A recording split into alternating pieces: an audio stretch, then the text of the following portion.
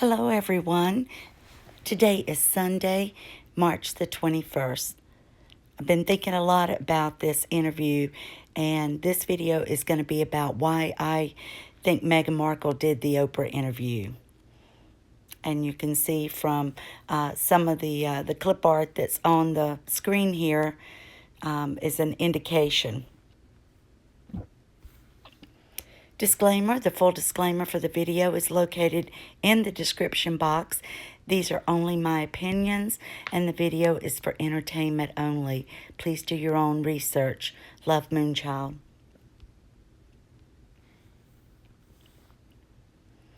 The Atlantic says Meghan Markle didn't do the work. Part of Meghan's problem was her naivety about the workings of the royal family, which she had assumed would be similar to the workings of celebrity culture. Looks like Prince Harry married a girl just like the one who married dear old Dad. He recognized all of it, the desperate unhappiness, the adoration of the masses, the beautiful clothes worn beautifully, but especially the easy and immediate way of reaching out to commoners and blessing them with the life-changing gift of her attention. He found and then gave her to us, the grateful public, another Diana, and Meghan Markle more than repaid the palace for her admission to the Golden Circle. She captured the affection of the entire world. She pumped up interest in the royals, and she had much to offer, all of it gladly given. Like Diana, she had the power to help the royal family survive a major challenge to its relevance. But once again, a talented and life-giving outsider was rejected by the host organism. In the couple's interview with Oprah Winfrey, Meghan looked poised and thoughtful and managed to make her series of shocking revelations seem reluctantly tendered, a hostile witness having the terrible truth pulled out of her, much more in sorrow than in anger. When Harry was allowed into the conversation, he sat beside his wife, looking like he had been shot from a cannon. Before he met Meghan, he was a prince of Europe, almost a crown prince, a young man whose life was part of a continuation from Excalibur to Afghanistan, where he fought with valor in the manner of Prince Hal, finding himself Henry V. Now, however, he is like Antonio, tempest-tossed and thrown up upon the wide breaches of the brave new world. Once he led men into battle, and as his forebears had done for generations. Now he is a Californian with a Spotify deal, charged with thinking up some podcast, which could be a heavy lift. For Harry, the situation is evolving. And this article goes on, and it's pretty long, but this gets to the gist of it. Now, you remember when Meghan first joined, Meghan was given everything. When she and Harry were just dating, she and her mother were invited up to spend Christmas with the family. That had never been done. All the years that Kate had dated William until they were married, she was never invited to these things. They welcomed her in. They did as much as they could possibly do to make her feel welcome, and really went out of their way to do so. Meghan wanted to go into this family, and she wanted to be the queen. She wanted to go in and be Diana 2.0, the reincarnate. She wanted to be the queen of people's hearts. She wanted everybody to love her. She wanted all the fame, the adoration. She wanted to be the spotlight in this family. She manipulated Harry as well as other family members, especially the Queen and Prince Charles. There was one person that she wasn't able to pull the wool over his eye, and that was William. William had a keen sense of who Meghan was. He was able to pick up on what her character was about, and that's why he warned Harry before getting too serious to take his time, get to know this girl. I think that the royal family had done background checks on Meghan, and before they announced that she was dating Harry, had scrubbed the internet, and I'm sure Meghan had her PR team, Sunshine Sachs, doing the same. But there was something about Meghan that Prince William picked up on, and I think Catherine did as well. I believe that they welcomed her. They had her over and, tried to involve her in the family. Meghan was jealous that Harry was so close to his niece and nephews and would, on a regular basis go over and play with them. She couldn't stand that. She wanted that all to herself. She didn't want him showing that love and affection to anyone else. Meghan talked in the interview about Kate made her cry. Well, I had someone send me information that her niece worked at the Givenchy dress shop, and that she was on maternity leave, but her co-workers told her that when Jessica Maroney came in with her daughter Ivy and Catherine brought Charlotte in, that she said some nasty things to little Charlotte, Princess Charlotte, that she was chunky, and that she was not the special one in the wedding, that Jessica Maroney's daughter Ivy was going to be the little maid of honor, and she wouldn't go along with them wearing socks or tights.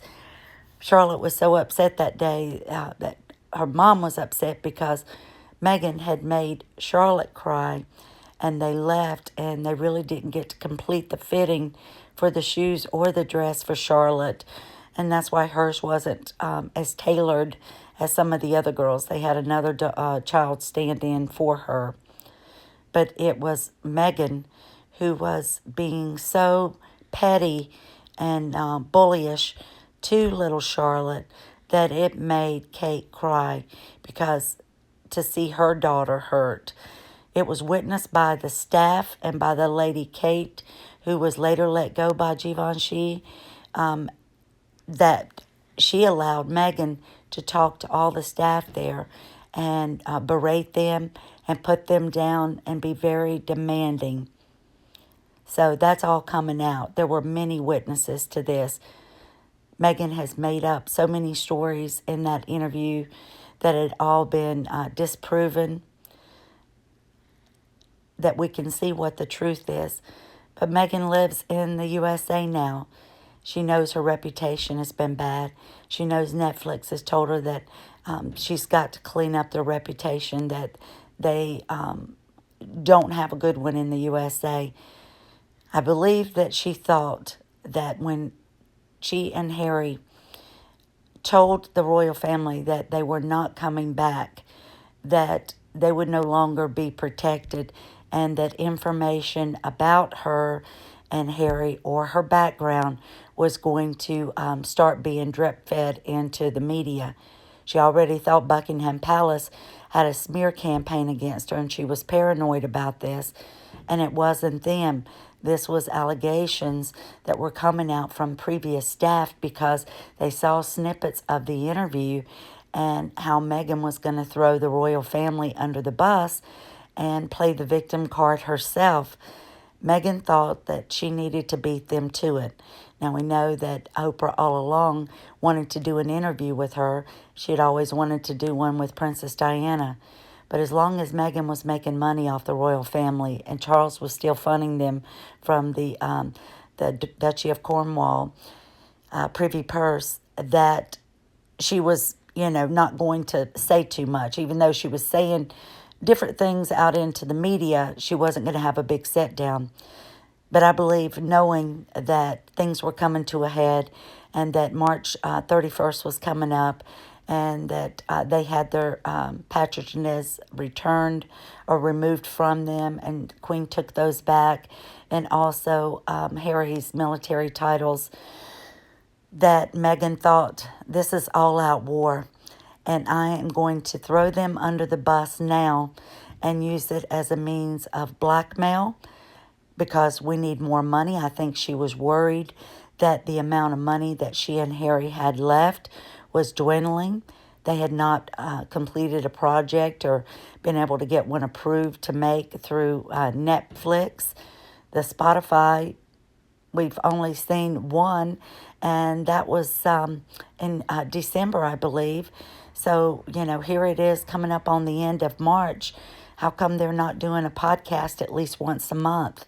How do they expect to get paid from Netflix and Spotify if they're not doing the job? It's just like when she was in the royal family and she saw that the royal family wasn't going to let her flame burn brighter than anybody else's, because that's not the way they do things. They work as a team. That she tried to overpower and put things in the press when one of the other royals were on a tour or were making a big speech or having an event.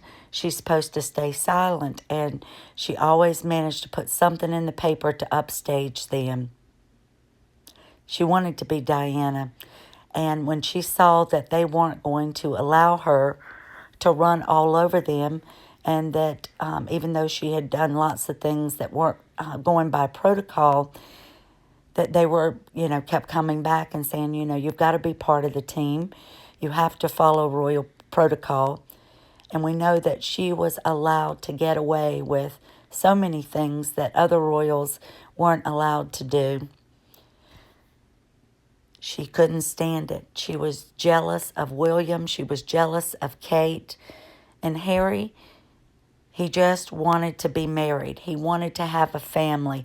He thought that life was going to pass him by and he wasn't going to have these things. He wanted to make Meghan happy. We remember when she first got in the royal family, how she would nudge herself up behind the queen. And then the family and the queen made sure she kind of stood over to the side. Even Prince Philip, this is when he was still allowed to show up for royal duties. She couldn't stand the photo that was taken with George, Prince Charles, Prince William, and Her Majesty the Queen, because those are the people who will ascend to the throne. She was so jealous of Kate and William being the senior members, and that Harry and Meghan were being told that they were not senior members. Everything that Meghan wanted to go in there and do, slowly she was coming to the realization that it wasn't happening for her. Remember at the event when they stood at the doorway, they weren't supposed to be there, and Charles went up to Harry, and Harry put his hand out to walk in, and he said, "Stand back, senior members only." Well, Meghan's putting on the fake smile, and Harry's upset, and they kind of sneak on in and try to walk up and stand back, thinking they know they meant stand back behind the door. And then some of the people who worked at the palace ran up to them and ushered them over to the side. Now, they weren't supposed to be there that day, and often Meghan would show up for events that they were not invited to because she wanted that to be in the paper with the royal family. We know that even as soon as it was announced that they were leaving and that they would step back from the family, Madame Tussauds even removed Meghan and Harry's wax figures. You could often see Meghan staring at William. She would glare at him, smile, flirt with him, many times coming in and out of the church or to some of the events held in the church. She did this quite often. You can tell Harry's not very happy with her there. And she really had it in for Kate. She was the one that allegedly was said to have told the newspaper about a so-called an affair between Rose Hansberry and William. That wasn't the case, and it was later determined, allegedly, that it was Meghan who knew the person who wrote that article and was trying to create a scandal so that Kate and William couldn't be perfect, because she thought if she could make them look bad or damage their image or marriage, that she and Harry would be able to step into their roles.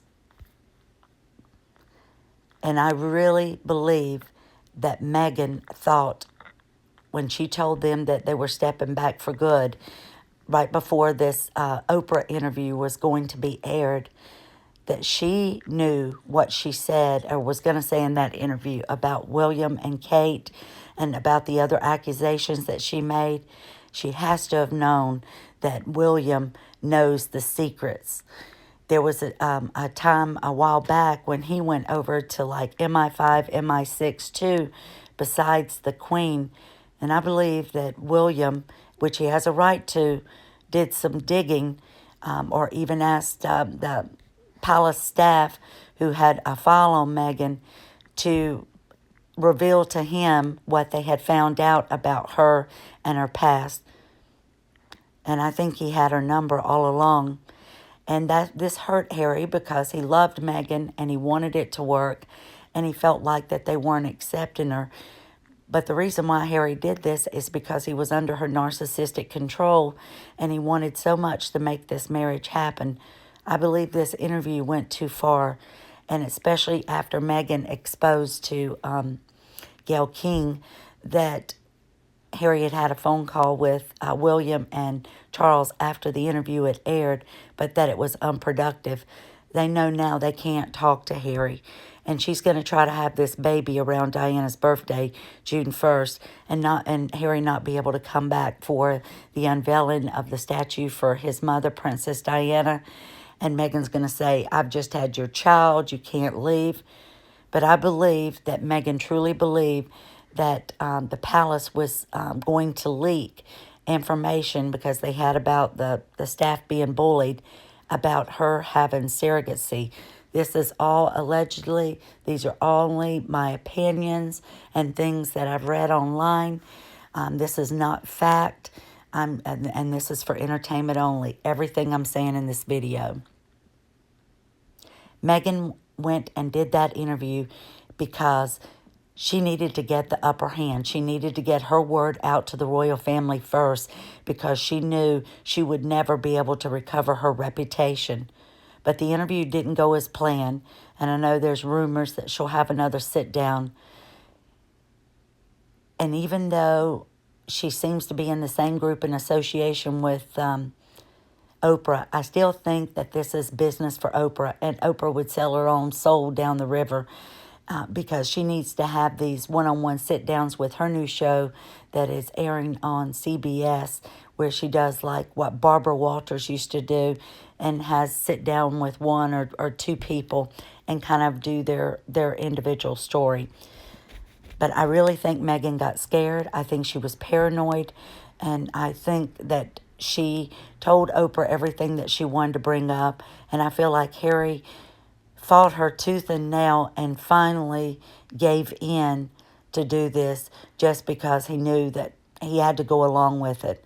But I do think that there's a good chance that he's going to leave her. And this interview and her alerting Gayle King about the conversation may have just tipped it over the edge. Now, whether or not he stays with her until after this baby girl is born, I don't know. But I don't think that she's been, that she's carried Archie or that she's carrying this baby girl. Again, just my opinion. Meghan needed to be on cover of magazines. She wanted to be headlines of newspapers. She wants to be a Hollywood starlet. She wants to be a production person, an executive producer. She wants to have lots of money, and I think they're low on money. She wants to have big mansions, and there's even rumors that she's not happy where they're living now and wants another house. She wanted to insinuate that she was getting involved in politics, whether that was just a backup in case Hollywood didn't accept her. But Meghan had no choice but to try to do this interview to change her reputation. And I believe that Oprah told her that it could restore it, that it would help her, that she would be able to get her side of it out. And as Meghan often does, she reacts instead of really thinks things through. And I think she's really just nervous and upset, and as we're still kind of in our lockdown and they haven't lined anything else up or really made money from the 2 deals that they've got, that she was really scared. And I think she's told Harry, look, we want to maintain our lifestyle. We have got to get money. We've got to do this interview. And then I think he reluctantly gave in. I blame him just as much as her. He's just as guilty because he did go along with it. I just don't think he was aware of the extent and how low a blow this was going to be to the monarchy and his family. These are my opinions of why I think that she did the interview and my opinions on what I think is going to happen. I think divorce is in the card. I think that after the fallout of this and Harry's read the reviews, or after talking to his father and brother, that he sees that this has been the biggest mistake that he could have made, that he has really went too far this time. But let me know what you think in the comments. Please give me a thumbs up if you enjoy this. Like and share. It only takes a second to give me a like, and it really helps with my algorithms. I thank you for watching. Let me know in the comments what you guys think about it. Do you think that what I've predicted and what I've said is the way you feel? Do you feel something different? If so, please share it with everyone so the community can discuss it. All right, I'll be back with you soon. Thank you, and I apologize for my throat being sore. I worked outside a lot today, so I think my allergies are kicking in a little bit. But I hope everyone has a beautiful Sunday, and I'll talk to you soon. Love you all.